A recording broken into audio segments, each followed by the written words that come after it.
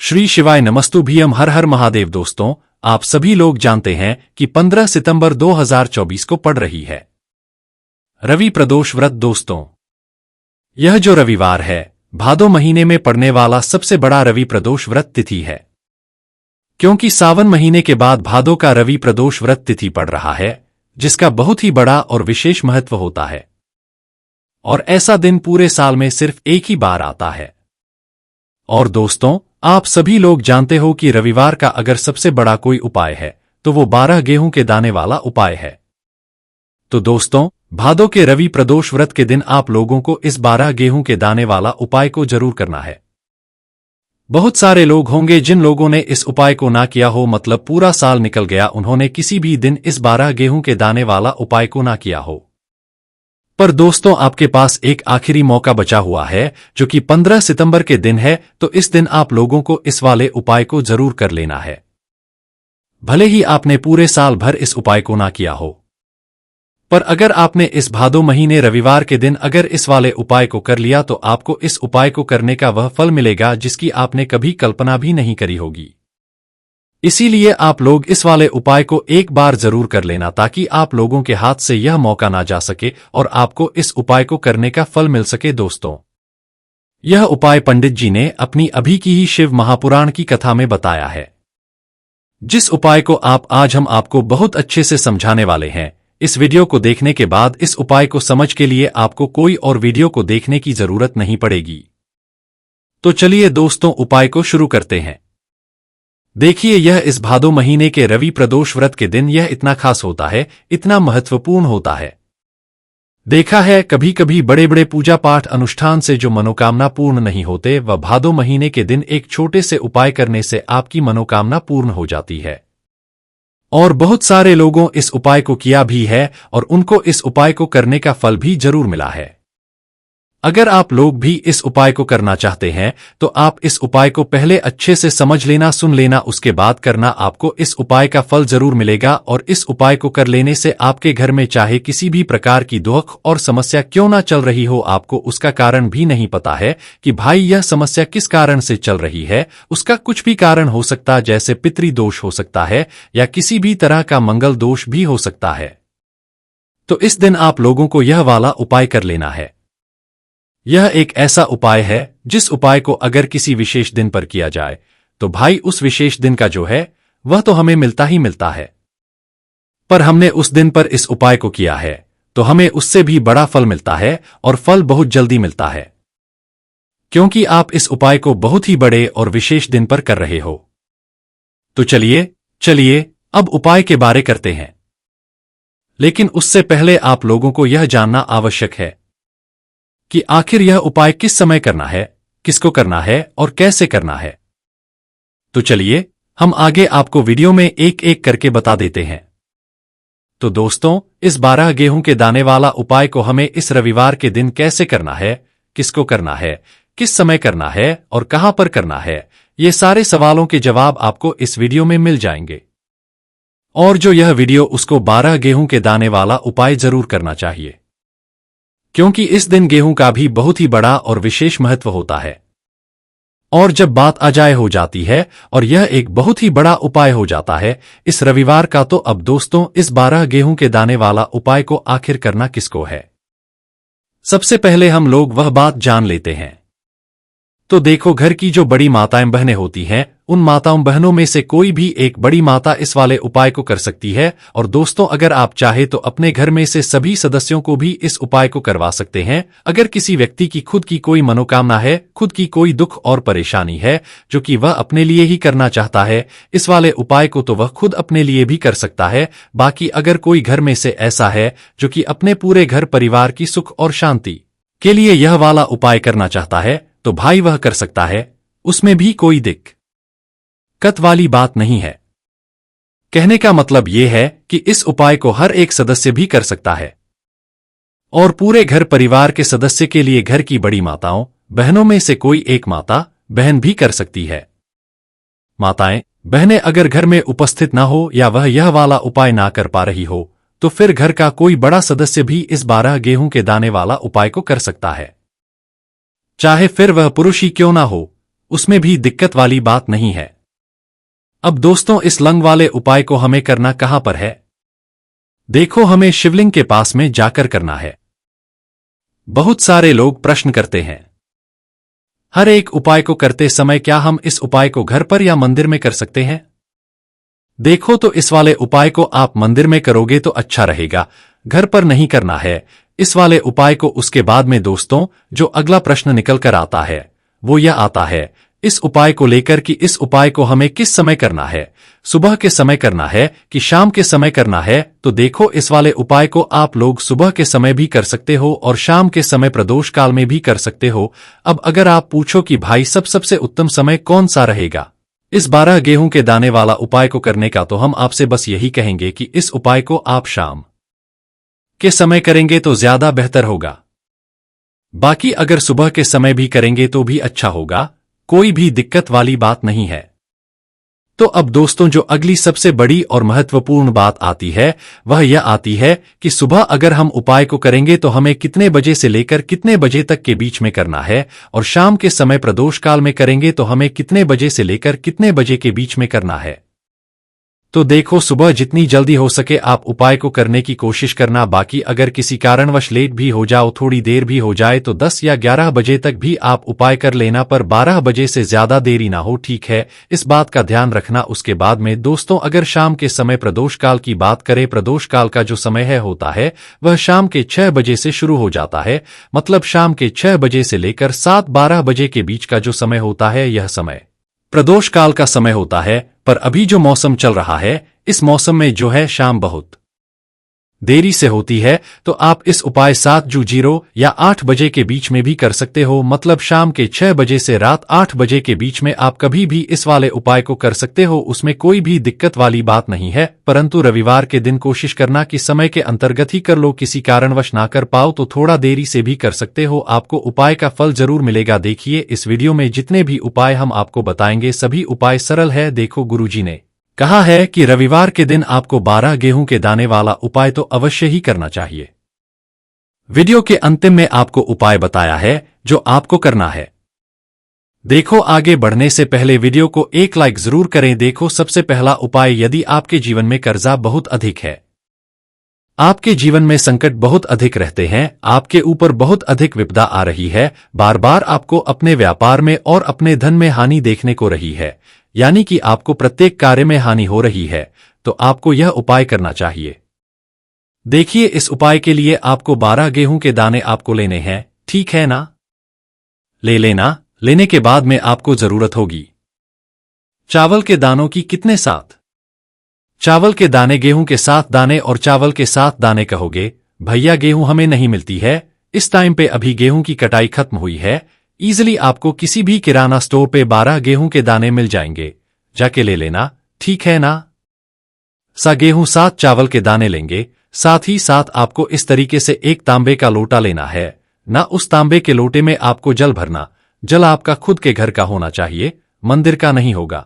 पहुंच जाएंगे महादेव के शिवलिंग के पास में शाम के टाइम पे। प्रदोष काल में मन है घर पे करो, मन है मंदिर में करो। फेस रखना कौन सी दिशा? उत्तर दिशा, नॉर्थ डायरेक्शन। अब यहां पे जो मैं आपको क्रम बताने जा रहा हूं ना, उस मेरे क्रम को बहुत ध्यान से सुनिए। महादेव को कोई सबसे प्रिय है ना, तो उनकी सबसे छोटी पुत्री जिनका नाम है माता अशोक सुंदरी, जो आपके पास में चावल के 7 दाने हैं ना, उन चावल के 7 दानों को माता अशोक सुंदरी के स्थान पे आपको कुछ इस तरीके से रख देने हैं ना। चावल के दानों को रखने के बाद में जो आपके पास में तांबे का लोटा है ना, उस तांबे के लोटे को कहीं पे भी हम जल नहीं चढ़ाएंगे, सिर्फ और सिर्फ माता का जो हस्तकमल आपको दिख रहा है यहीं पे गोल गोल आपको समर्पित करना है, उसी जल को, और कहीं नहीं। ना तो माता अशोक सुंदरी के स्थान पे, ना तो शिवलिंग के ऊपर, सिर्फ आपको यहां पे गोल गोल जलाधारी पे आपको उस जल को समर्पित करना है ना। अब आपके पास में बचे हुए हैं 7 गेहूं के दाने। अरे बचे हैं कि नहीं बचे हैं? उन्हीं 7 गेहूं को दाने को आपको अपनी मनोकामना, अपने विशेष कहते हुए महादेव के शिवलिंग के ऊपर अगर आप प्रदोष के दिन प्रदोष काल में कर देते हैं तो आपकी जो भी मनोकामनाएं होंगी, जो भी विशेष होंगी, हम पूरी जरूर करते हैं। अन्न को समर्पण करने से, उस खासकर गेहूं को समर्पण करने से हमारी इच्छाएं पूरी होती हैं, और अगर वो दिन प्रदोष का दिन हो तब तो इससे सुंदर सहयोग कुछ भी नहीं हो सकता। आपकी इच्छाओं को पूरा करने के लिए बहुत स्पेशल, बहुत प्यारा सा उपाय आप सभी को जरूर करना है। ध्यान ना रखिएगा, यह उपाय प्रदोष काल में करना है, सुबह के टाइम नहीं कर सकते। ठीक, चलो तो पहले उपाय की तो हमने यहाँ पे बात कर ली है। देखिए, इस उपाय के लिए आपको मात्र एक लौंग का जोड़ा लेना है, यानी कि 2 फूल वाली लौंग लेनी है। साथ में आपको मात्र थोड़ा सा शहद लेना होगा और इसी के साथ में आपको तांबे के पात्र के अंदर शुद्ध जल लेना होगा। अब देखिए, इन सभी सामग्रियों को लेकर के आपको भगवान शिव के मंदिर में पहुंच जाना है। देखिए, ये उपाय आप सुबह से लेकर शाम तक कर सकते हैं। तो वह सबसे पहले तो आपके पास जो 2 फूल वाली लौंग है, उन्हें आपको शहद के अंदर अच्छे से डुबो है, यानी कि दोनों आपको अच्छे से शहद का लेपन कर देना है। अब आपको जो आपके पास एक लोटा जल है, सबसे पहले तो उसे शिवलिंग पर धीरे धीरे समर्पित करना है और श्री शिवाय नमस्तु भयंकर इसका जाप करते हुए समर्पित कर देना है। अब आपके पास जो 2 फूल वाली लौंग है, शहद से उसे आपको शिवलिंग पर अर्पित करना है और आपको प्रार्थना करनी है कि जीवन में जो रोग की स्थिति है वह समाप्त हो, जीवन के जो संकट और समस्याएं हैं वह सभी समाप्त हो, जीवन जो कर्ज की समस्या है वह समाप्त हो। इस प्रकार से प्रार्थना करते हुए यह जो 2 फूल वाली लौंग ही शहद संयुक्त, इससे आपको शिवलिंग पर अर्पित कर देनी है। आपकी जो भी समस्या होगी इस रविवार के दिन अवश्य ही समाप्त हो जाएगी। तो इस प्रकार से आपको पहला उपाय करना है। अब हम बात कर लेते हैं दूसरे उपाय के बारे में। देखिए, यह उपाय आपके लिए सर्वश्रेष्ठ होने वाला है। देखिए, इस उपाय के लिए आपको मात्र 5 हरे मूंग के दाने आपको साबुत लेने हैं, खंडित नहीं होने चाहिए। इस बात का ध्यान रखें और इसी के साथ मैं आपको एक तांबे के पात्र के अंदर अपने घर से शुद्ध जल ले लेना है। अब दोस्तों, इन सभी सामग्रियों को लेकर के आपको सीधे पहुंच जाना है भगवान शिव के मंदिर में। देखिए, इस उपाय को भी आप सुबह भी कर सकते हैं और शाम के समय में भी कर सकते हैं। देखिए, भगवान शिव के मंदिर में पहुंचने के बाद आपके पास जो 5 हरे हैं, उनमें से पहला जो हरा मूंग है, आपको शिवलिंग के सामने जो नंदी महाराज होते हैं और उनका जो पैर उठा हुआ होता है, वहां पर आपको पहला हरा मूंग समर्पित कर देना है और आपको इसका जाप कर लेना है।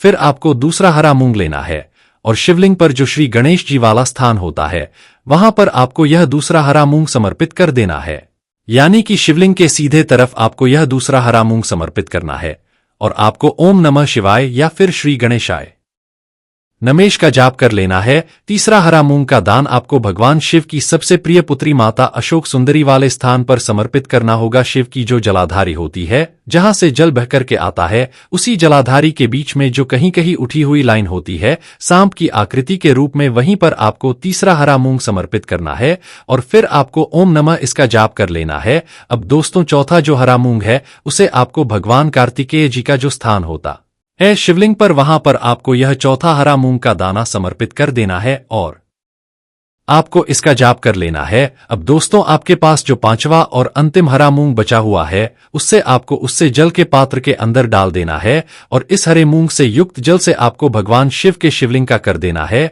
जल आपको बिल्कुल धीरे धीरे समर्पित करते जाना है और लगातार आपको शिव महापुराण के मूल श्री शिवाय नमस्तु भीम इसका जाप करते रहना है। फिर आपको शिवलिंग के सामने बैठकर, यदि आप अपने बच्चों के लिए यह उपाय कर रहे हैं, यदि आप अपने बच्चों की बुद्धि, ज्ञान और विवेक के लिए उपाय कर रहे हैं, तो उसके लिए आपको प्रार्थना कर लेनी है, या फिर व्यापार में वृद्धि करने के लिए यह उपाय कर रहे हैं तो उसकी कामना करते हुए को प्रार्थना कर लेनी है, या फिर अपनी नौकरी के लिए कर रहे हैं, या फिर अपने इंटरव्यू के लिए, या फिर धन की प्राप्ति के लिए कर रहे हैं। जिस भी कामना के लिए आप उपाय कर रहे हैं, उसे परिपूर्ण करने के लिए आपको महादेव से प्रार्थना कर लेनी है और फिर आपको वापस अपने घर आ जाना है। पूज्य गुरुजी ने कहा है कि जो भी व्यक्ति इस उपाय को कर लेता है, तो यकीन मानिए आपके जीवन की जो सारे संकट, कष्ट और बाधाएं ही वह सब समाप्त होंगे। अब हम बात करते हैं अगले उपाय की। इस उपाय के लिए आपको एक दीपक लेना है। दीपक आप मिट्टी का भी ले सकते हैं और शुद्ध आटा मढ़कर उसका दीपक भी आप तैयार कर सकते हैं। दीपक के अंदर गोल बाती का प्रयोग करना है और दीपक के अंदर आपको शुद्ध घी का प्रयोग करना है। इसी के साथ में आपको मात्र एक फूल वाली लौंग लेनी होगी। अब यह एक दीपक और एक फूल वाली लौंग लेकर के सीधा आपको पहुंचना होगा बरगद के वृक्ष। वहां पर देखिए, सबसे पहले तो आपके पास जो एक फूल वाली लौंग है, उससे आपको बरगद के वृक्ष की जड़ में समर्पित करना है। देखिए, अगर आपके जीवन में कोई भी बड़ा संकट आने वाला है, कोई भी बड़ा कष्ट आने वाला है, तो वह इस उपाय के माध्यम से दूर होने वाला है। महादेव की विशेष कृपा रहेगी कि जो भी संकट आपके जीवन में आने वाला होगा वह भी दूर हो जाएगा। तो आपको एक लौंग समर्पित करनी है बरगद के वृक्ष की जड़ में, और वहीं पर आपको जो गोल बाती वाला दीपक जो आप लेकर के गए हैं उसे भी वहां पर प्रज्वलित कर देना है। वटकेश्वर महादेव का नाम जाप करते हुए देखिए, जब भी आपको जीवन में इस साल लगने लगे कि आपके जीवन में कुछ भी अच्छा नहीं चल रहा है, तब भी आपको ये उपाय करना है। तो इस प्रकार से आपको यह उपाय करना है। अब हम जान लेते हैं चौथे विशेष उपाय के बारे में। देखें, यदि आपके विवाह में, शादी में कोई भी समस्या आ रही है, यदि आपका जो कर्ज है वह दिन बढ़ते ही जा रहा है, तो आपको यह चमत्कारी उपाय करना चाहिए। कोई भी समस्या अगर जीवन में है तो उसे दूर करने के लिए आपको ये उपाय करना चाहिए। मंगल दोष से जुड़ी हुई समस्या भी है, तब भी आपको यह उपाय करना चाहिए। देखिए, इस उपाय के लिए आपको एक तांबे के पात्र के अंदर अपने घर से शुद्ध जल लेना है, और इसी के साथ में आपको एक चुटकी लाल चंदन लेना होगा। अब आपको क्या करना है कि जो लाल चंदन आप लिया है उसे आपको उससे जल के पात्र के अंदर डाल देना है, और यह जल जो है आपको लाल चंदन से युक्त तैयार कर लेना है, और यह लाल चंदन से युक्त जल आपको भगवान शिव के मंदिर में लेकर के पहुंचना है। लेकिन यह उपाय भी आप सुबह से लेकर के शाम तक कर सकते हैं। अब दोस्तों, यह जो लाल चंदन से युक्त जल है, इससे आपको भगवान शिव के शिवलिंग पर धीरे धीरे अर्पित कर देना है, और आपको लगातार श्री इसका करते रहना है। देखिए, यदि आपके जीवन में विवाह से युद्ध समस्या चल रही है तो आपको मंगलेश्वर महादेव का स्मरण करना है, और जीवन में अधिक कर्ज की समस्या है तो आपको आरण मुक्तेश्वर महादेव का स्मरण करना है। देखना, एक दिन आपकी सब तरह की समस्या जल्दी ही समाप्त हो जाएगी। तो इस प्रकार से आपको यह चौथा उपाय करना है। अब हम जान लेते हैं अंतिम और पांचवें उपाय के बारे में। देखिए, रविवार का दिन है और हनुमान जी भगवान शिव के रुद्र अवतार हैं, तो यह उपाय और खास हो जाता है। तो यह जो उपाय है विशेषकर आपको हनुमान जी के वहां पर ही करना होगा। देखिए, जब भी आपको ऐसा लगने लगे कि आपके जीवन में जो कर्ज है वह समाप्त ही नहीं हो पा रहा है, दिन प्रतिदिन बढ़ाते ही जा रहा है, कष्ट जो है वह दिन प्रतिदिन बढ़ाते ही जा रहे हैं, कष्ट जो है वह समाप्त ही नहीं हो पा रही है, यानी कि जीवन में जब भी कोई विपदा आती है, संकट आता है, तो हमें संकट मोचन हनुमान जी के में जाना चाहिए। लेकिन यह उपाय बहुत ही खास है। इस उपाय के लिए आपको एक चौमुख दीपक तैयार करना होगा। आपको एक दीपक लेना है। दीपक के अंदर 4 बाती आई। बाती के लिए आपको मोली वाला धागा आता है, कलावा का उसकी भी बना सकते हैं, या फिर आप सफेद रुई की जो बत्तियां हैं उन्हें भी बना सकते हैं। अब आपको लेना है एक कटोरी सरसों का तेल, और अब इस दीपक के अंदर या तो आपको चमेली का तेल डालना है, या फिर आपने एक कटोरी सरसों का तेल लिया है, उसमें आपको सरसों का तेल डालना है, और इसी के साथ में आपको मात्र एक फूल वाली लौंग भी लेनी है। देखिए, अब जो ये दीपक है और लौंग है, इन दोनों का आपको हनुमान जी के मंदिर में लेकर के पहुंचना है। अब सबसे पहले तो यह जो चौमुखी दीपक है, इसे आपको हनुमान जी के सामने प्रज्वलित करना है। दीपक को प्रज्वलित करने के बाद आपको वहीं पर एक बार हनुमान चालीसा का पाठ करना है, या फिर आप आरण मोचक स्रोत का पाठ भी कर सकते हैं। अब आपके पास जो एक फूल वाली लोग है, उनसे आपको अपने सीधे हाथ में रखना है। आपको प्रार्थना करनी है हनुमान जी से कि जीवन की जो भी संकट है, विपदा है, वह सभी आपकी कृपा से दूर हो, और यह जो एक लौंग है, इससे भी आपको उससे चौमुखी दीपक के अंदर डाल देनी है, और अपनी मनोकामना बोल देना है। गुरुजी कहते हैं कि कुछ दिनों में ही आपकी सब मनोकामना पूरी हो जाएगी। तो इस प्रकार से यह सुंदर सा और सरल सा उपाय करना है। देखो, आज की वीडियो में हमने आपको जितने भी उपाय बताए हैं, सभी उपाय बहुत ही सरल है जो आपको करने हैं। देखना, आपके जीवन के सारे संकट और कष्ट दूर होंगे। और गुरुजी ने कहा है कि रविवार के दिन आपको चौमुख दीपक वाले उपाय को आपको अवश्य ही करना चाहिए। इससे आपके जीवन से चारों तरफ से आने वाले संकट दूर हो जाएंगे। तो दोस्तों, आज के इस वीडियो में हमने आपको 5 महा उपाय बताए हैं। जो भी आपको आसान लगे वह आप कर सकते हैं। श्री शिवाय नमस्तुभ्यम। हर हर महादेव।